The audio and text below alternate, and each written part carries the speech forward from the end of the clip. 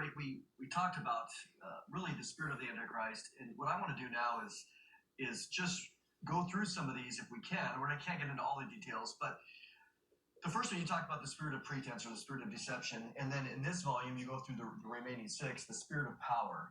What do you mean by that?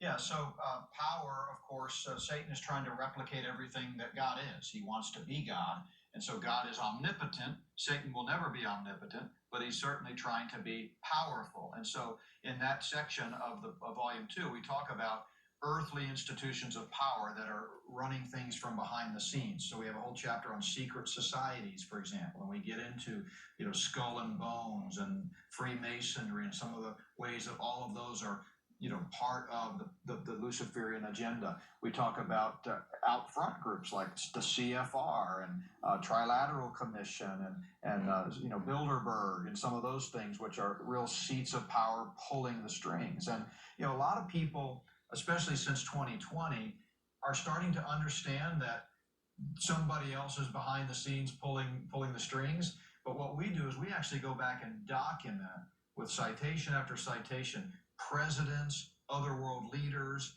key, famous people that are on record talking about the fact that there really is a power behind the ostensible power. And so that's what the whole spirit of power is. It's setting the stage, again, for the Antichrist to take the helm after the rapture of a one world global government. The question, or sometimes what you see is the accusation is, you're a conspiracy theorist?